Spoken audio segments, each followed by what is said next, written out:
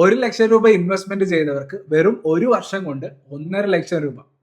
കേൾക്കുമ്പോൾ സ്കാം പോലെ തോന്നുമെങ്കിലും ഗോൾഡ് തന്നിട്ടുള്ള റിട്ടേൺസ് ആണിത്. In A near 45% returns. എന്തുകൊണ്ടാണ് ഗോൾഡിന്റെ പ്രൈസ് ഇത്രയും മുകളിലേക്ക് പോയത്? ഒബിയസ്ലി കൂടുതൽ പേര് പർച്ചേസ് ചെയ്യാൻ തുടങ്ങിയെന്ന് പറയാം, അല്ലെങ്കിൽ ഡിമാൻഡ് ഇൻക്രീസ് ആയെന്ന് പറയാം. അപ്പോൾ ആരാണ് ഗ്ലോബലി ട്രേഡ് ചെയ്യുന്ന ഗോൾഡിന്റെ ഡിമാൻഡ് ഇത്രയും ഇൻക്രീസ് ചെയ്തത്?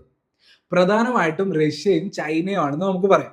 അതായത് ഇവരുടെ സെൻട്രൽ ബാങ്കുകളാണ് ഇത്രയധികം ഗോൾഡ് പർച്ചേസ് ചെയ്തിട്ടുള്ളത്. റഷ്യയും യുക്രൈനുമായിട്ടുള്ള വാർ സ്റ്റാർട്ട് ചെയ്തപ്പോൾ റഷ്യക്കെതിരായി പല സാങ്ഷൻസും നിലവിൽ വന്നു.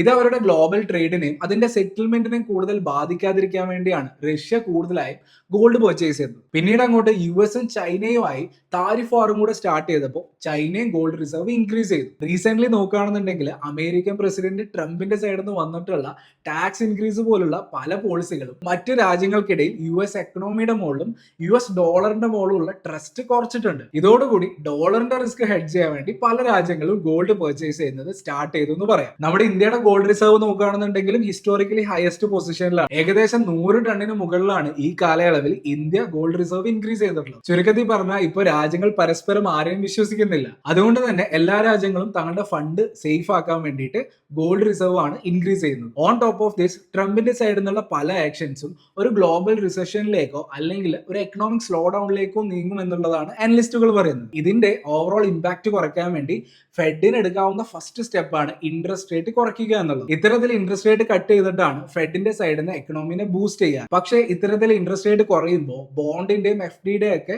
ഇൻട്രസ്റ്റ് റേറ്റും കുറയും. അതായത് എഫ് ഡിയിലൊക്കെ 5% ഇൻട്രസ്റ്റ് റേറ്റ് കിട്ടിയ സ്ഥലത്ത് വെറും 2% റിട്ടേൺ കിട്ടിയാലോ അപ്പോൾ എഫ് ഡിയിൽ ഇൻവെസ്റ്റ്മെന്റ് ചെയ്യുന്നത് തീരെ അട്രാക്റ്റീവ് അല്ലാതാകും.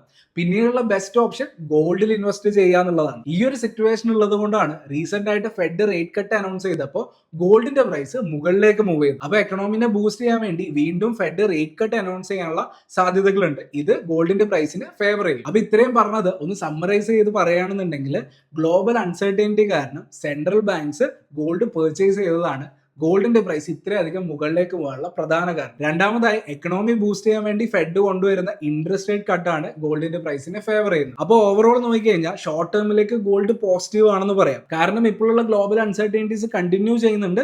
മാത്രമല്ല ഫെഡിന്റെ റേറ്റ് കട്ട് വരാനും ഇരിക്കുന്നു. So is it a good time to buy gold? ഓർക്കുക, ഗോൾഡിന്റെ ഹിസ്റ്റോറിക് ആയിട്ടുള്ള പ്രൈസ് മൂവ്മെന്റ് നോക്കുകയാണെന്നുണ്ടെങ്കിൽ കുറച്ചു കാലം അതിഭീകര റിട്ടേൺസ് തരും, കുറെ കാലം തീരെ റിട്ടേൺസ് തരാറില്ല. ഇതാണ് നേച്ചർ. പക്ഷെ ലോങ് ടേം റിട്ടേൺസ് നോക്കുകയാണെന്നുണ്ടെങ്കിൽ ഗോൾഡ് എന്തുകൊണ്ടും പോർട്ട്ഫോളിയോ ഡൈവേഴ്സിഫിക്കേഷൻ ചെയ്യാൻ വേണ്ടി ബെറ്റർ ആയിട്ടുള്ള ഒരു ഓപ്ഷൻ ആണ്. So if you are planning to invest in gold, SIP പോലെ സ്റ്റേഗർ ആയിട്ട് മാത്രം ഇൻവെസ്റ്റ് ചെയ്യുക.